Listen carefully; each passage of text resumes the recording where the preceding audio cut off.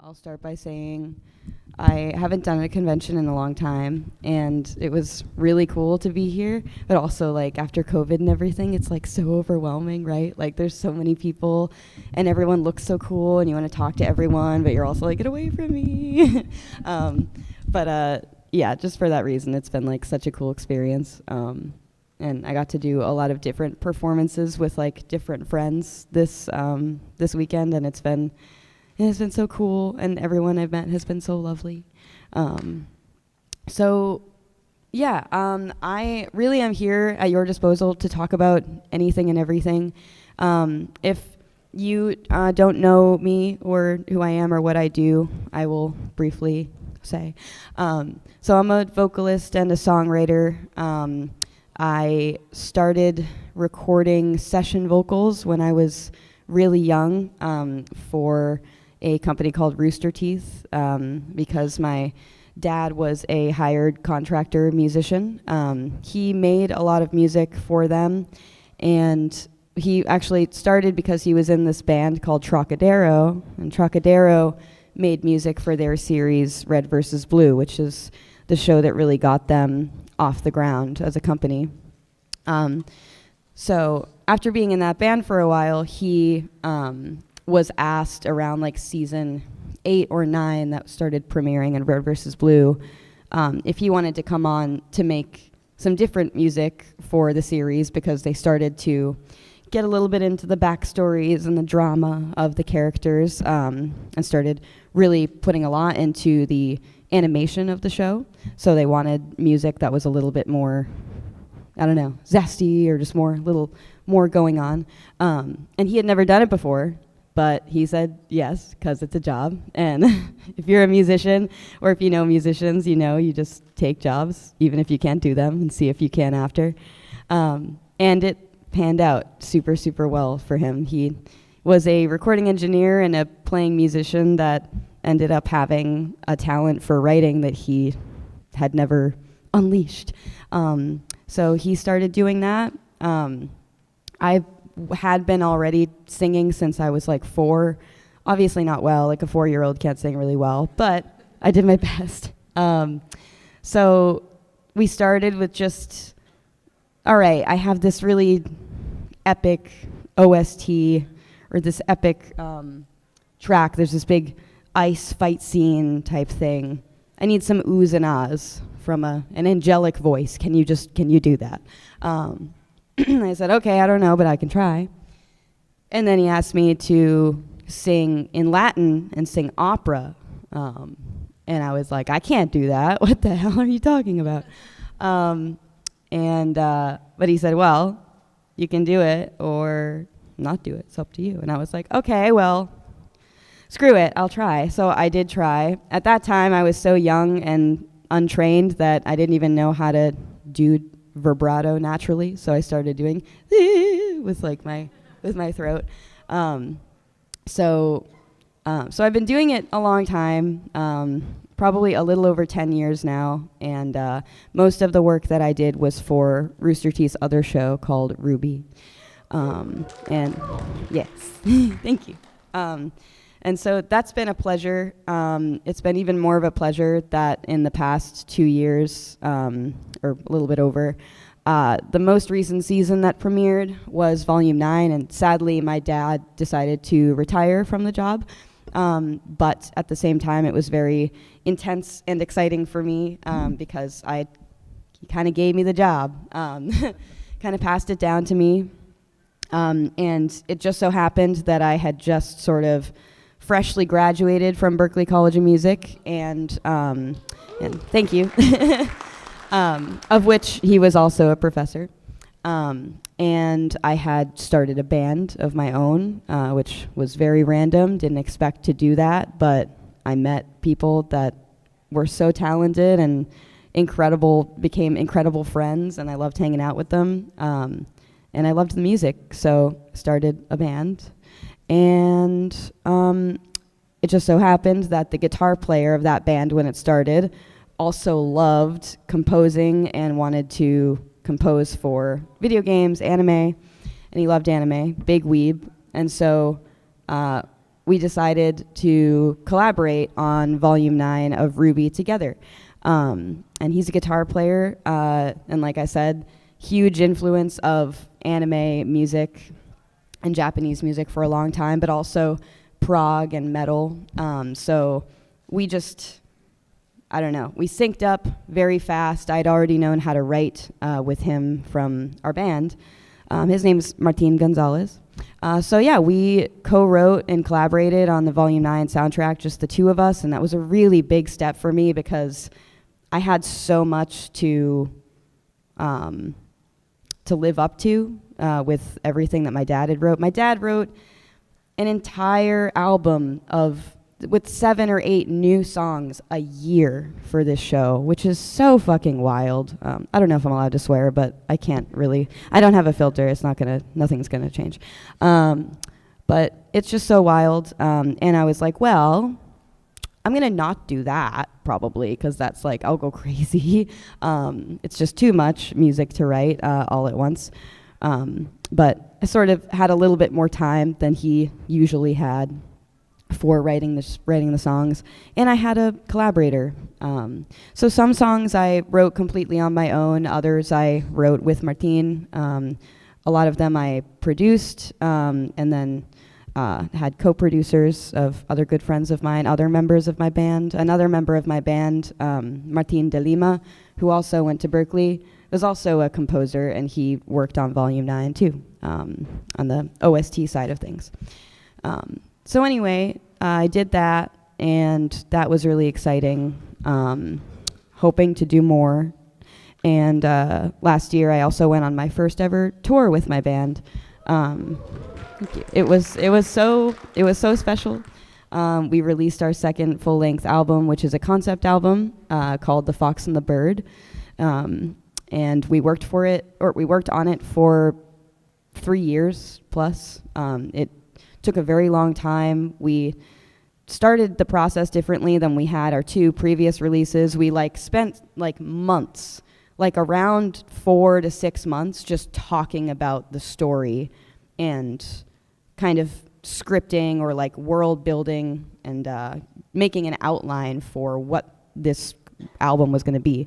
And none of us had ever done that before, so it was very fun, a little bit stressful, but it meant that when we actually started working on the music, some songs just came so naturally, because it was when you're excited about a story, you are talking about it, you're getting amped up, you're thinking about, even unconsciously, what that character is going to sound like, what that landscape is going to sound like. So a couple of songs right off the bat we wrote super fast. Other songs took months and months and months because they were very difficult. You came to it and you're like, all right, well, this, by the way, the concept album is, all the characters are animals. The main characters are the fox and the bird, obviously.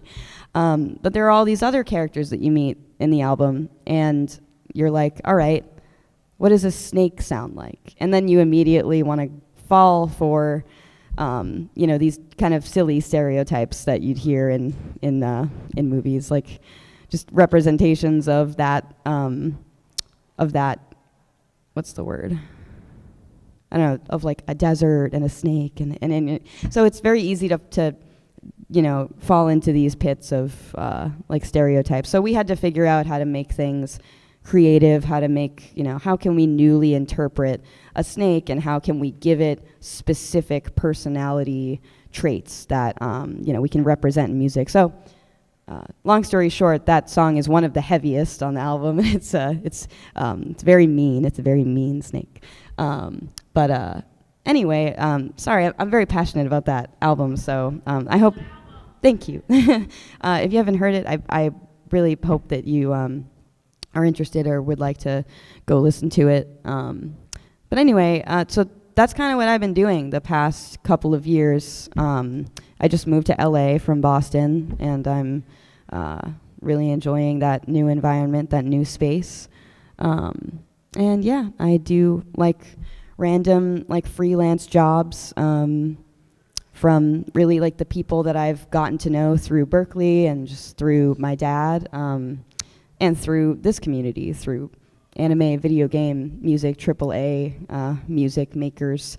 And I feel very fortunate to have, been given these opportunities and to have started recording professionally at such a young age, because it's really prepared me for, when I have to do really quick jobs that, a lot of times when you're a freelance musician, you just get jobs that are like, well, this is due tomorrow. And you're like, well, I don't know, I'm super hungover and like haven't sung in 3 weeks, but I can get it done for you,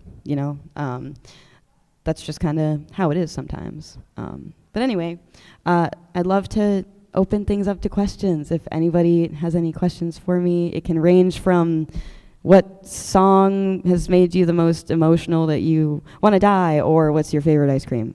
So whatever you want to ask. So you mentioned that that album is kind of a concept album. Me not being like a musician, I'd love to know, I guess, what concepts were you exploring, or what does that mean exactly for you when you say that it's a concept album? Yes.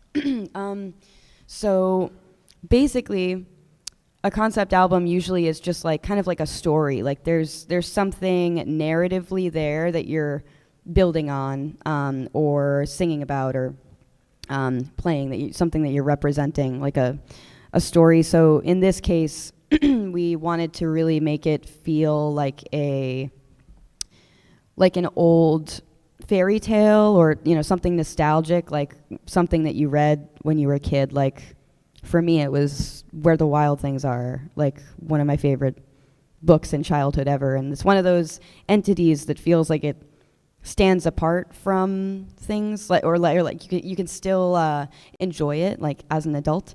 And so we wanted to make something like that. So we started kind of talking about characters, talking about a world. We all just love animals. So, and like any media that I've seen fantasy-wise that has like animals as the main characters, I just like fall in love with right away. And, we love and hate to watch animals, whether they're, fantastical or real in the real world. Like we hate to see them go through things. We like get even more upset at the idea of like a dog dying than we do a person sometimes. We're kind of wild for that. It just thought we thought it'd be really fun, and it could be impactful if we really worked hard on the story. So worked on the story a bit, and then figured out how to translate that to music, with soundscapes, with different kinds of production, with all these different instruments. We have a lot of instruments on there that are like mandolin, a lot of acoustic guitars, violin, fretless bass, and stand-up bass. Like, depending on the song and the landscape that we are trying to represent, the instrumentation kind of shifted.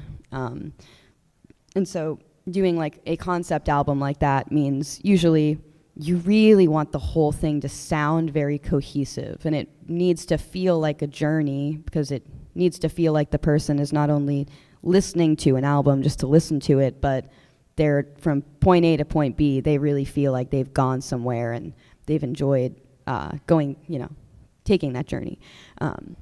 So I guess that is a little bit different and a little bit more thought can go into it, or should go into it, than say writing like a just kind of a free write album, where the songs aren't necessarily connected. But yeah, does that answer your question? Very much so, thank you. Okay. Yeah, of course, thank you. Hi. Hello. So my question for you is, you've done a lot of work, obviously, with RWBY and other like big major projects. What are the specific challenges that come with writing for like either a theme for like a character or a very specific moment, as opposed to writing for, say, something that's just like a song to be a song enjoyed by itself? Yes. By the way, is everyone hearing the questions okay, or do you want me to repeat them? You're good? Okay. Sweet. Okay, so I guess...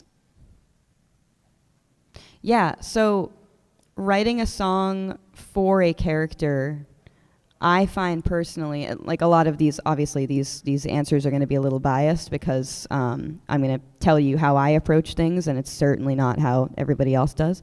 But I I definitely try to immediately figure out how I can connect with this character, figure out what it is that they're going through, what is the specific, what are the complex, like, mixed emotions that they're feeling, what is the situation. If I were going through that, what music am I thinking of that makes me really feel and, like, resonate with that feeling the most. And so for me, a lot of the time, producing is a really big part for me of writing music. So I'm not really the type of writer that goes to, like, a piano and, like, blocks out chords and melodies. I really like to start with a sound. So I use Ableton. So I, a lot of the time, will just shift through all of my sounds. I love synthesizers, so I shift through those a lot. Sometimes I'll start with drums.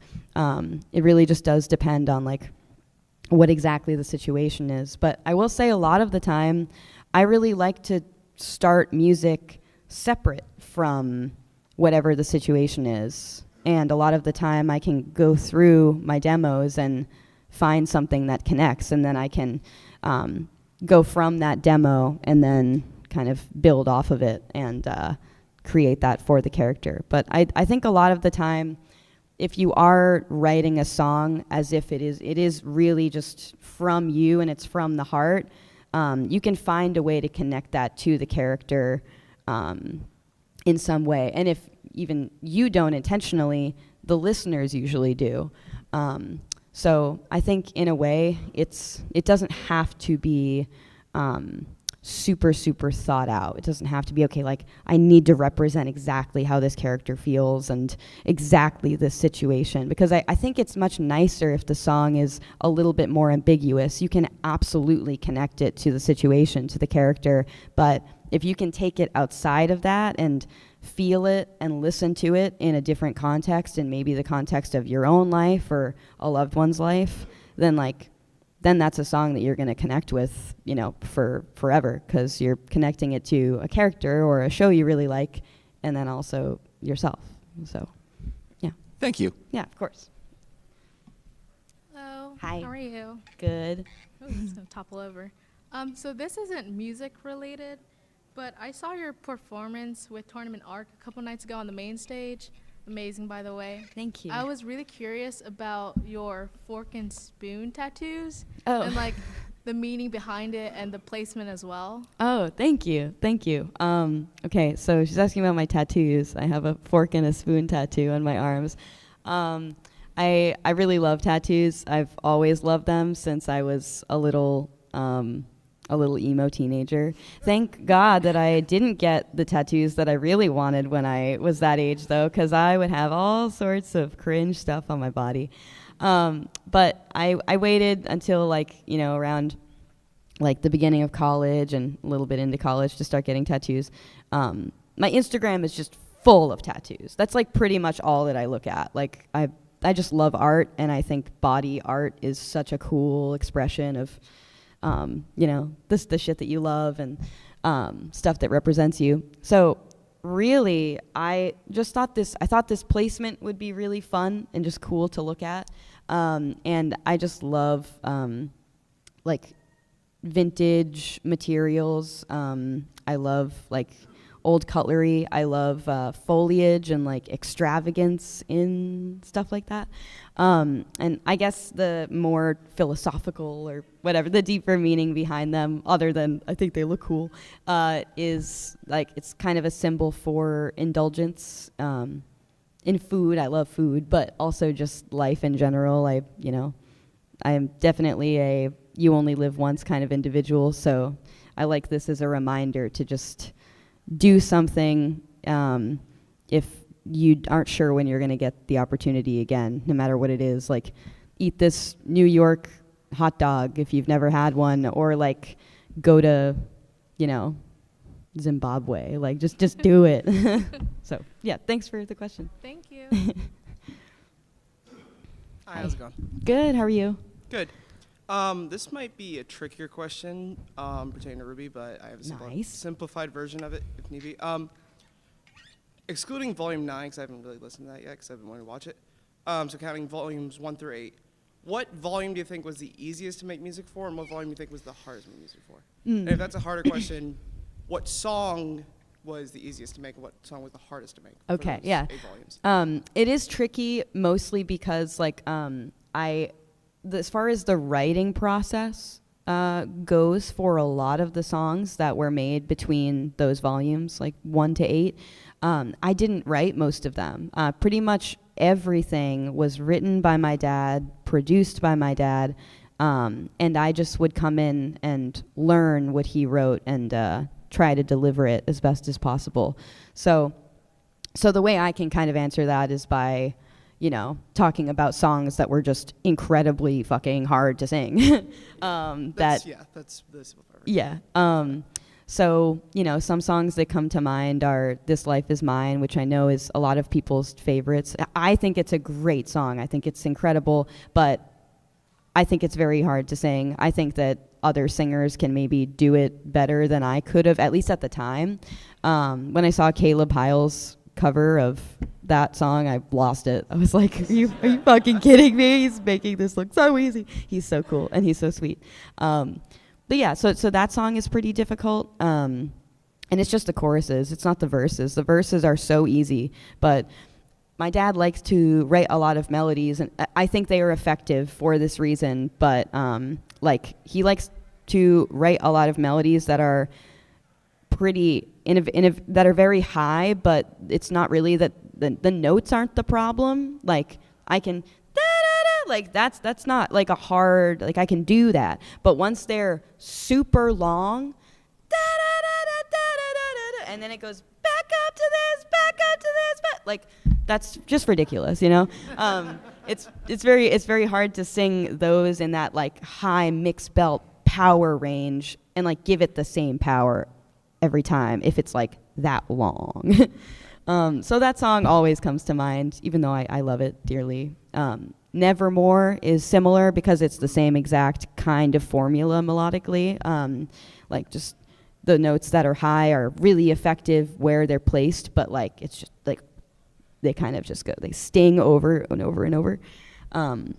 So tunes like that are pretty difficult, but there are some songs that are in between that like are difficult to sing, but I love them so much that like it doesn't matter. Like even if I had trouble with them, I still would sing them on stage any day. Like Touch the Sky is like one of my favorite songs that my dad ever wrote. And a lot of the ones from volumes 5 and 6 are favorites of mine too, because that's sort of when my voice started to really change, like as a young person. I love the stuff from volumes 1 to 4, but I just can't really sing them anymore. Like I listen to them now and I'm like, that sounds like teenage me, and that's dope, but I could sing a couple of those songs now, but they just wouldn't sound the same because there's something about when you are singing that young, when you're 12 to 15, like your voice is in a very particular spot usually.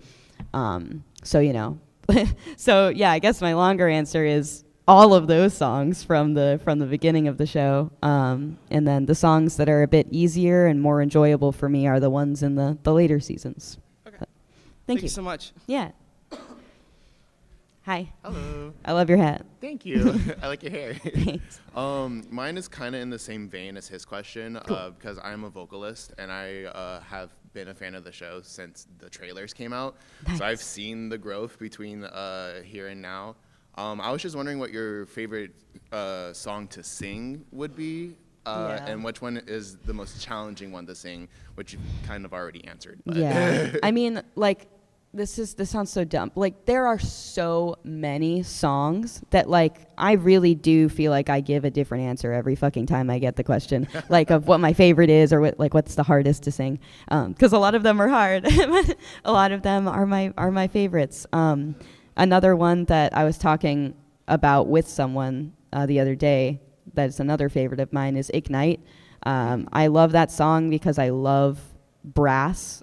So getting like a whole brass section to accompany like that sort of powerful, fiery, like rock sound was just like, I don't know, like a dream.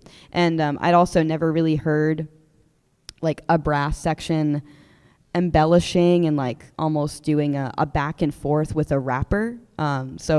If you don't know, Ignite is a song that has Lamar Hall on it, which is a rapper, really good family friend of mine and my dad's. He's been on the tracks, on a few tracks, like kind of just since volume 1.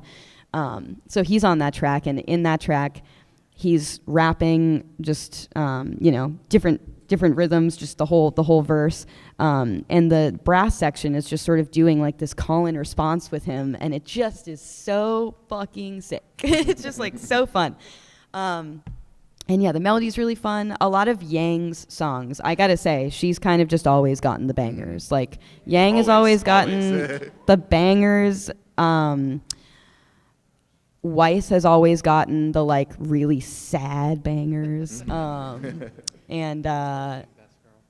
and like Blake gets a lot of the really intense songs, and RWBY is super multifaceted. So, and there are a lot of songs. One of like the funniest points of discourse. Sorry, I'm going off a little bit here, but like the arguing over the past 10 years that we've witnessed of like whose song is this, like from the community, is so funny and like at some points very silly, because a lot of the songs are for all of the girls in Team RWBY, or depending on the season, they are for new characters that you're meeting. And it's very, very fun to watch that discourse. But, when people are like, no, whose song is this? I need to know. Like a lot of the time, like there isn't even an answer. Like we may have written songs with characters in mind, but it's supposed to be kind of up to your interpretation. Whether the song is canon or like, that can get artistically kind of fuzzy. But let me see. So Ignite is one song that I really like to do, even though it's difficult. Armed and Ready is very difficult as well, but I really like it. As far as songs that are easy, like the ballads usually are quite easy for me. I don't know. I really like to get into that like sad, emotional piano state.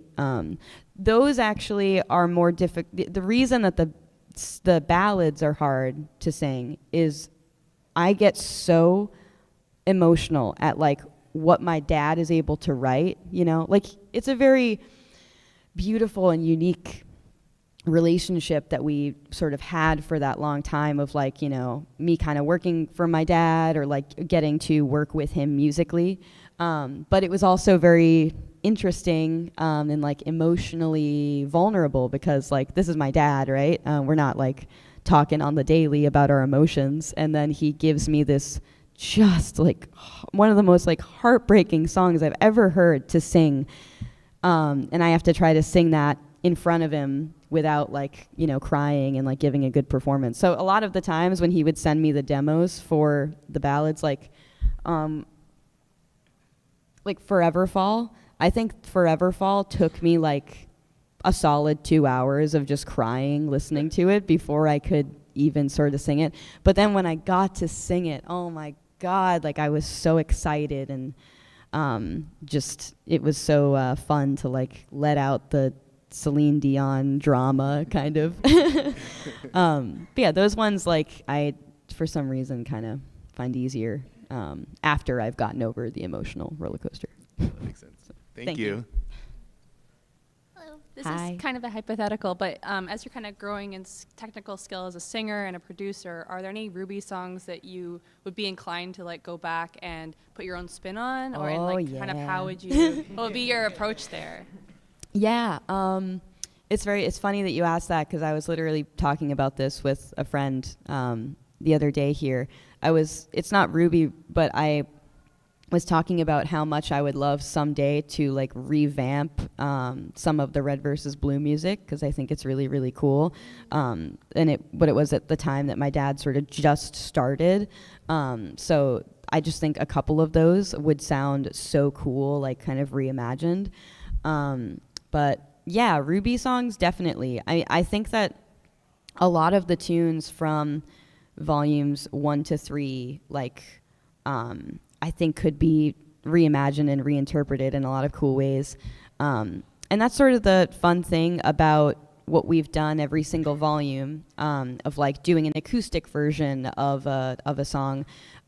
Those kind of, you sort of start to notice from point A to point B where we are now, like those acoustic versions kind of got more and more creative or like different as time went on, because we were like, well, we can't just do like a literal acoustic version of This Will Be the Day like every time. Like, let's maybe see, okay, what would this song sound like in this style?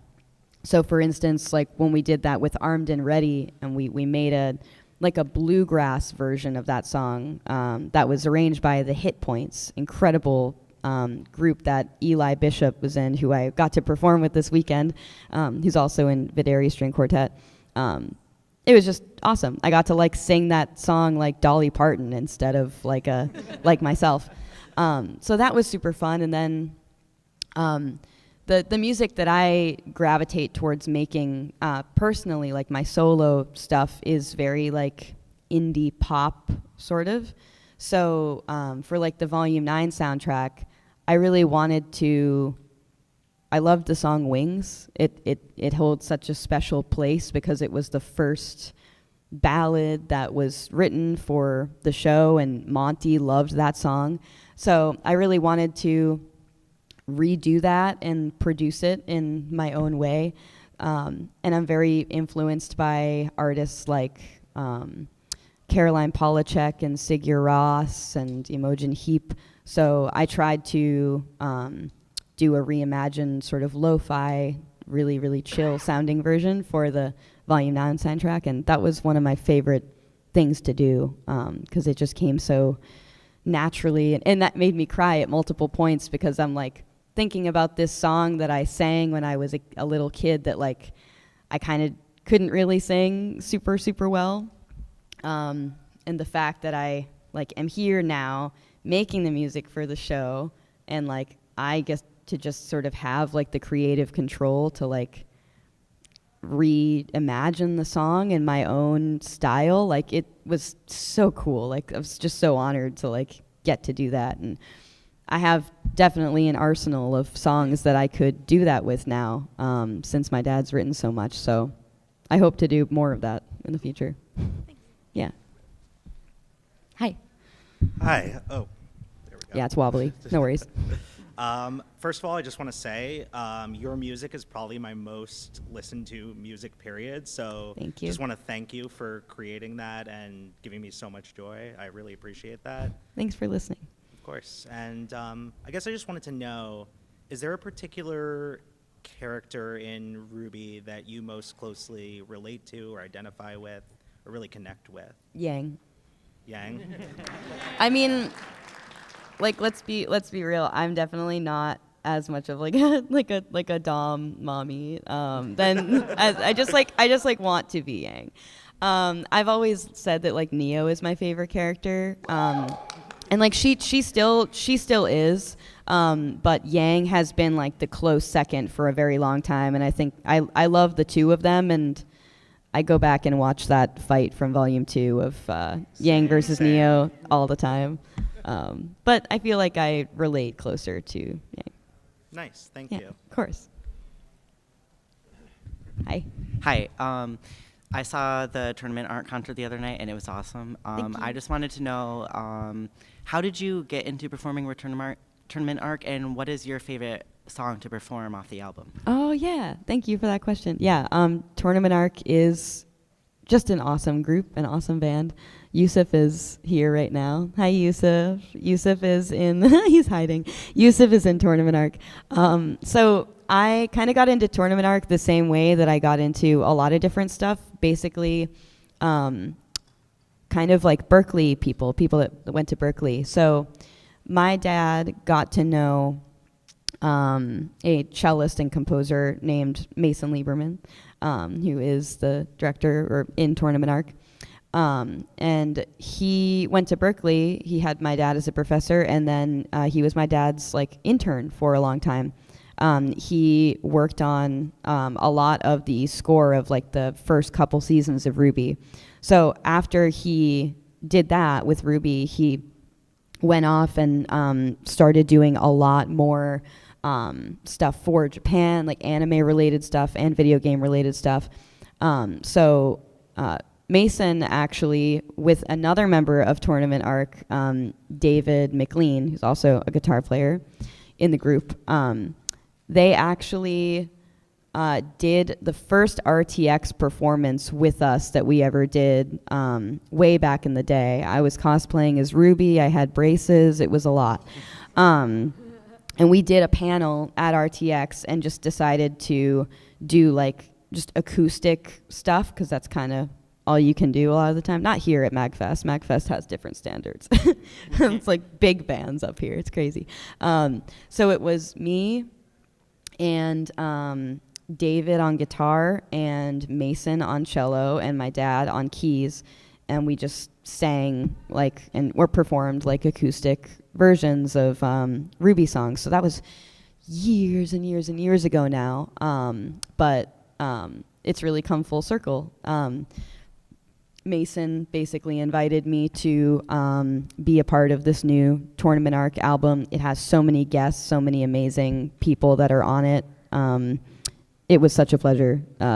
It's always fun to get together and make video game or anime covers with your other nerd friends, but it's even cooler when you all went to the same school or you guys all have like a similar style, and you know, they're skilled in arranging these tunes and making them sound different than you've ever heard them. You know, and you get to record it in like a professional place and then listen to it like really nicely mixed and mastered, and it's just it was a whole feat, and it was so incredible to be a part of that. I think my favorite thing to record for that album probably was the Beneath the Mask cover that we did, because that was a live studio version. So we all got in the studio. Me and Dom, the drummer, were in separate booths, but we had big glass windows so we could see into the main room where Mason and Jess and David and Yusuf, Trevor, all were playing their parts. And like we recorded, like each time we recorded, like it was all one take, and there's just, I don't know, there's something about that was so special. And I don't really ever get to sing in like a really like fun, sultry, laid back, jazzy space. So that was just really fun to explore. So, yeah. Thank you very much. Yeah, thank you. Sorry. Hi. Hi. Sorry, I get nervous. I have two questions. I promise they're short. What is your like dream album that you're possibly creating? That's question one. And then question two, would you like that Squirtle sticker? I finally found it. I'll take your Squirtle sticker. Okay. Okay.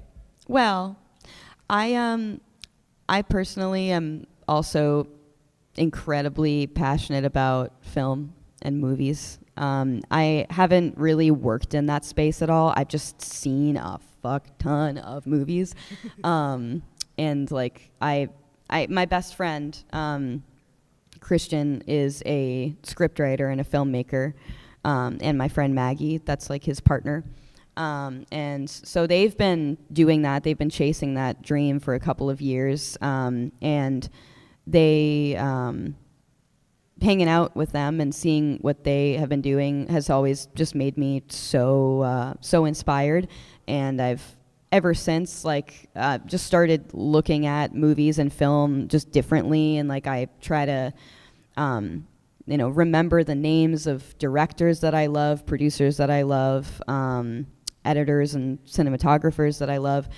So basically I love that world and music like almost equally.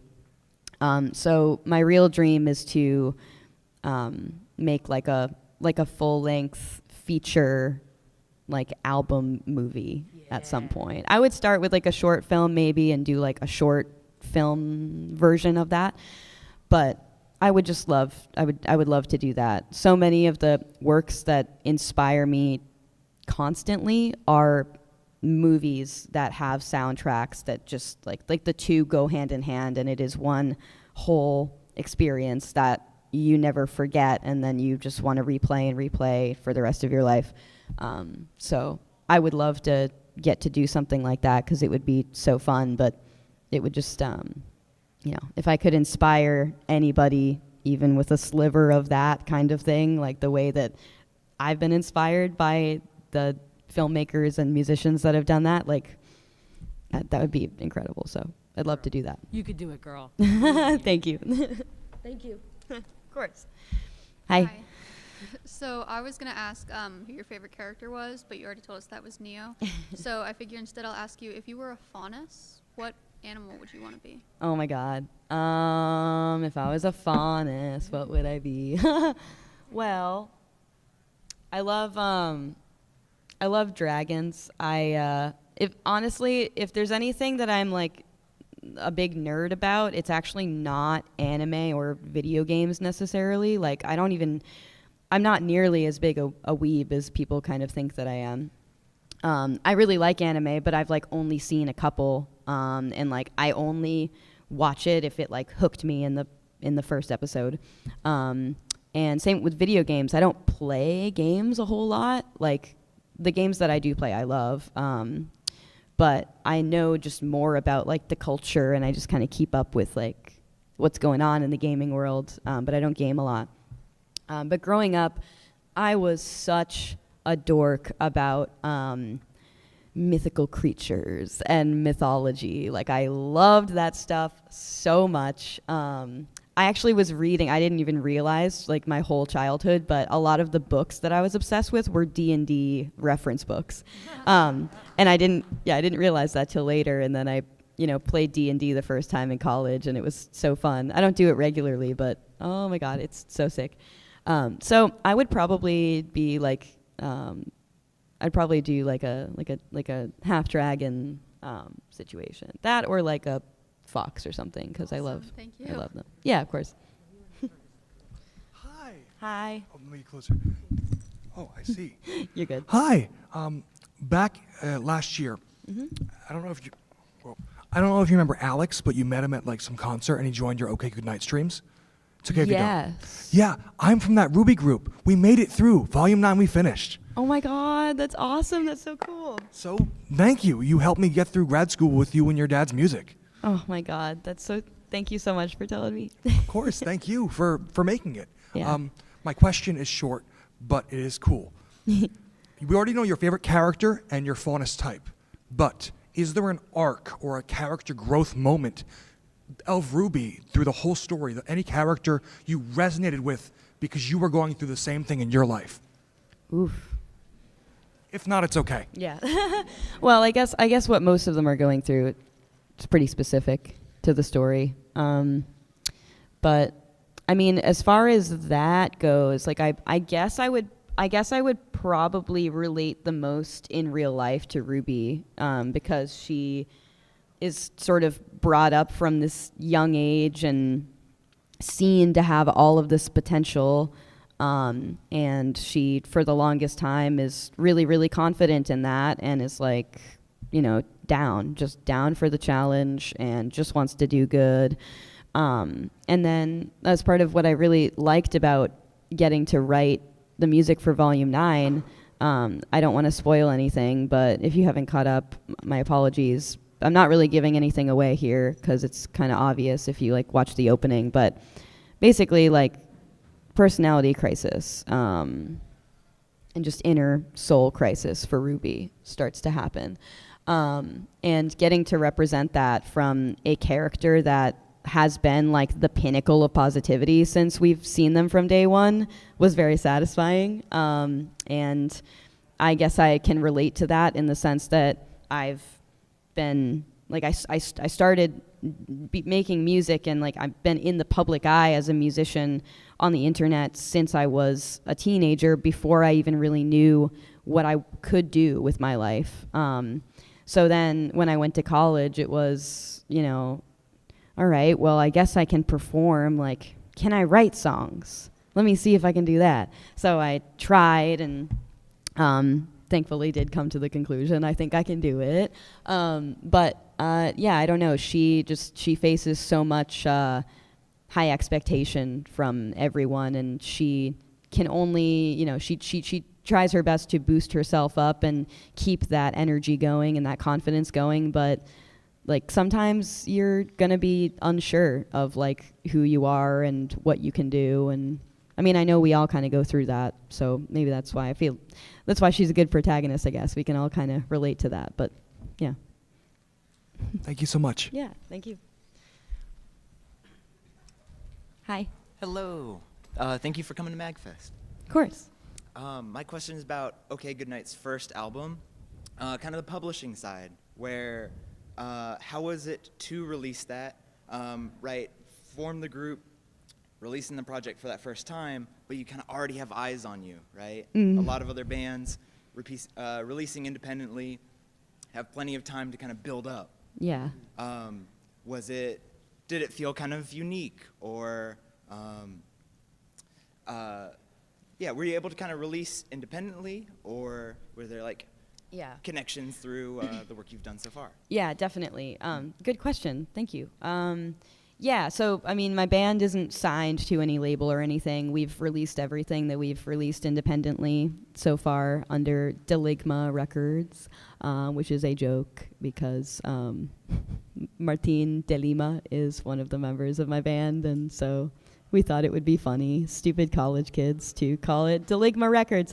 But anyway, that first release was very special, but very like, I guess like, a little bit intense for me because I wasn't sure how it was going to be received, and I wasn't sure how many people were really going to be interested. And honestly, one of my biggest concerns was I don't want this to be a situation where like none of the rest of the band gets credit for this, because that album especially is like a lot of it is instrumentals that I'm not even a part of. Like I love and I'm cheering from the sidelines, but I'm not like, I'm not playing on them.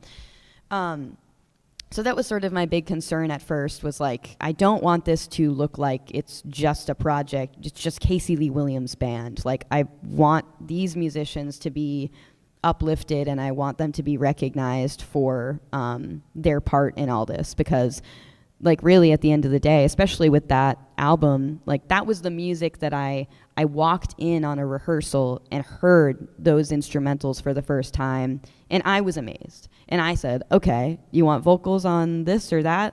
I can see it. I can do it. And I want to. Thank you for letting me do it. You guys are so cool. So like that's kind of how those songs came to be. And at the time, we were kind of using the very ambiguous, it's a project, not a band.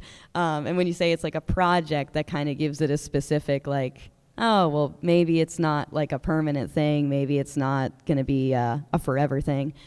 But eventually we realized, okay, this is a long-term project. This is a project that we're taking to heart, and we want to really continue with for as long as we can. So I do think that, especially with the growth that we've had over the past few years, that kind of has changed, and it's been very cool and interesting to see like some of the recognition that we've got from like the prog world and the metal world, and people that don't know RWBY at all, and that always is very like cool for me to hear. Not that it is in any way a bad thing to have come from RWBY or knowing me through RWBY to this band, but when we went on our first tour last year, it was so cool, the amount of people that we met that just, they were in love with all of my bandmates, and like we're giving so much love to every band member, which was so good, because like especially the last album that we came out with, The Fox and the Bird, it was so collaborative. Like every single person really put a lot into it. It wasn't just like, oh, here's the music, here's the vocals separately. That's kind of honestly what the first album was like. Like I didn't play much of a part in the actual writing of the music. A lot of the music was made already, and I top-lined on it. So yeah, it's been really cool to be able to also just like to have the ability to release this stuff independently and almost right out the gate have like a couple hundred people that are ready to listen to something because they already like know a member of the band. That's so special, and I'm so lucky to have like to have that. So to kind of already have a built-in following, like it's made it really special, and it's made it very. I'm just so glad that the other musicians in my band are like, you know, getting the love that they're getting too, because I'm so blessed to be a part of the project. Right on. Thank you. Thank you. Sorry if my answers are long, guys. I'm a talkative guy. Squirtle stickers. Thank you. They're so sweet. Thank you. You're welcome. I'm better than everyone now because I have 2 Squirtle stickers. Hi, Casey. How you doing? Hi. So good. So first and foremost, more of a statement because it was wild how I came across it. But I was watching some TikTok and they were playing Last Surprise. Okay. I had never heard the song before. I'm not a fan of Persona, but I was like, wow, that sounds a lot like Casey. I'm going to look this song up. Oh, it's not her. It's someone else. But then 3 days later, you and Tournament Art dropped your cover. I was like, funny. Yes, I wasn't the only one that thought so. Oh, my God. That's awesome. I thought that was just entertaining. But, you know, first things first, you know, hearing the kind of revamp of Red Like Roses in Volume 9, instant tears. I'm bawling my eyes out. Just the music and the moment that it was playing for, like, you melted me into a puddle, so congratulations. Thank you.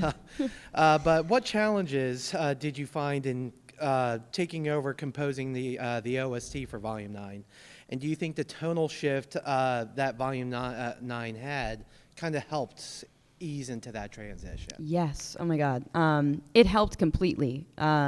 Because we were no longer in Remnant in Volume 9, it really could not have been more perfect of a place for me to start introducing my own music and my own sort of interpretation of what's going on. I love, like, Alice in Wonderland is like one of my favorite stories, and that sort of almost like archetype of a story of like a character being dropped in this crazy world and everything. That was so exciting to get to start. And because of that, like, weird sort of off-kilter, like trippy new setting and feeling, that just meshes with me so well personally. Yeah. So I was so excited to get to start with something like that. Mm-hmm. That being said, it still was just challenging in general to be like, okay, nope, this is RWBY, this is the show. And have to have that RWBY sound. And and I am doing it now. Like, I have to do it, and I have to make it good, just as good, if not better, than what's been done in previous years. So at first, it really was more of a mental challenge of like, I can't believe that I've said yes. Oh my God, I don't know if I can do this. But honestly, as we started writing the music, like, slowly the weight just was lifted. I just realized the only way I'm going to be able to take this job over and write this music for this show and these characters, and do it justice and not go crazy, is if I really stay true to myself as a musician and an artist and like do what I'm passionate about. Honestly, I mean, doing that and getting to do that with Martin was so incredible because he really brought all of the prog metal rock sounds that we needed to keep hearing from like the previous volumes. He still has like his own style and interpretation of it, which I think is great. But I think it kept that theme and that style that we needed. And I brought in a lot of the new ideas as far as like production and melody and like lyrics go.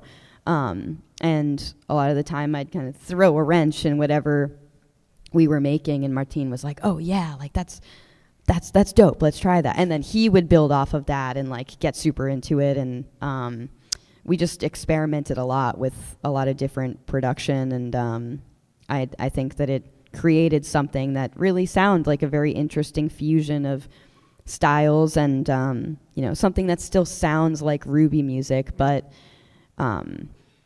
you know, a whole new interpretation, a whole new world. And I kind of just needed to let go of the idea that like I need to make what my dad made. Like I had to accept that that's not what I'm going to do. I'm not going to even try. I'm going to make what I want to make. And thankfully, thank you, Carrie, like Carrie Shawcross, the showrunner, so much creative freedom like I was given. Also Dustin and like the other directors of the episodes, here and there, you know, like we'd be given temp music for an episode, but if we decided to go a different direction and like follow what the scene was giving us, artistically, a lot of the time they were down with it. And that's like not normal. That does not happen on a lot of shows.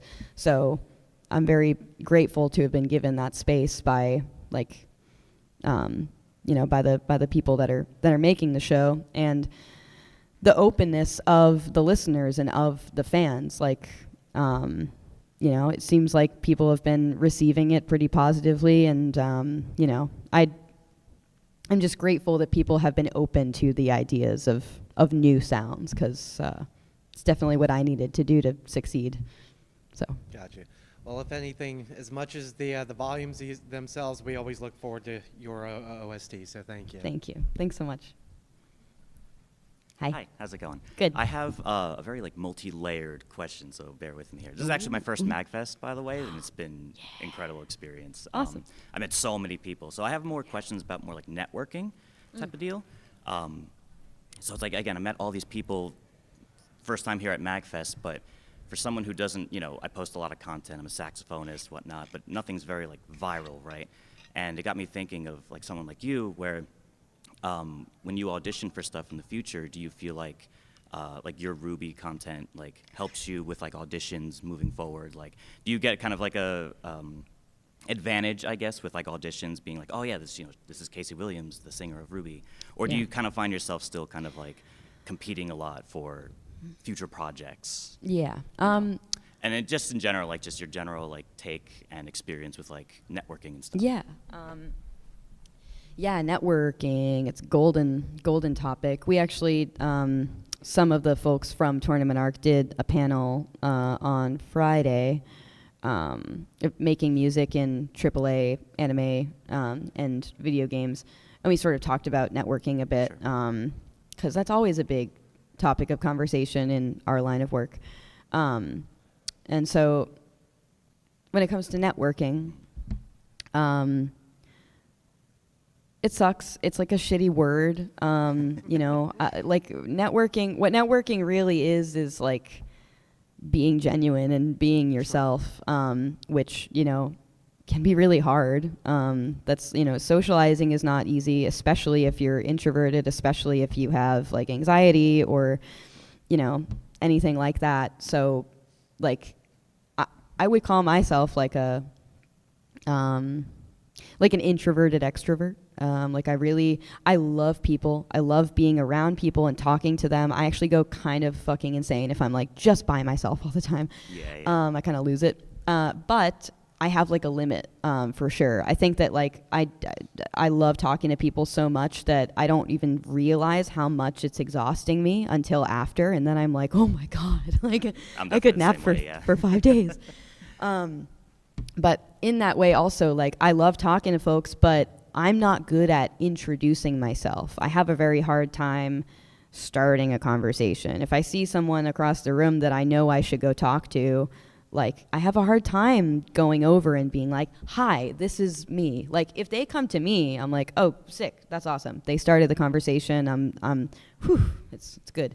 But yeah, for some reason I find the opposite very, very difficult.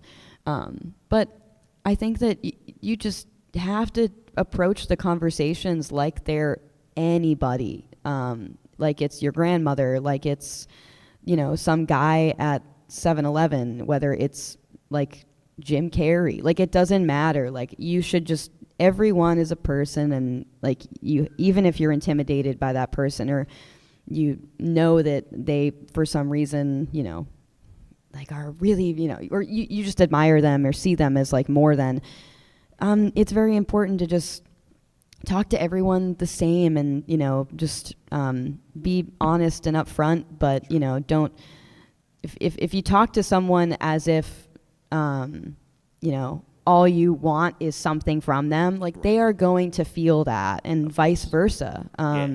So I think like making friends and networking or working with people that you want to, career-wise, are pretty similar. It can be a really fuzzy line. That would take hours. That's a longer open discussion. But my advice really is just to, don't bullshit people, but just be nice. It's always a weird line trying to cross, like not it crossing is. the whole like self-promoting kind it of is, thing. yeah. Where it's Like you just want to jam and hang out. Yeah, exactly. It's not easy. And as far as I guess we are pretty much done or out of time. I'm really sorry that we didn't get to the rest of the questions. I'll answer the second half of your question, and then I think we have to wrap up.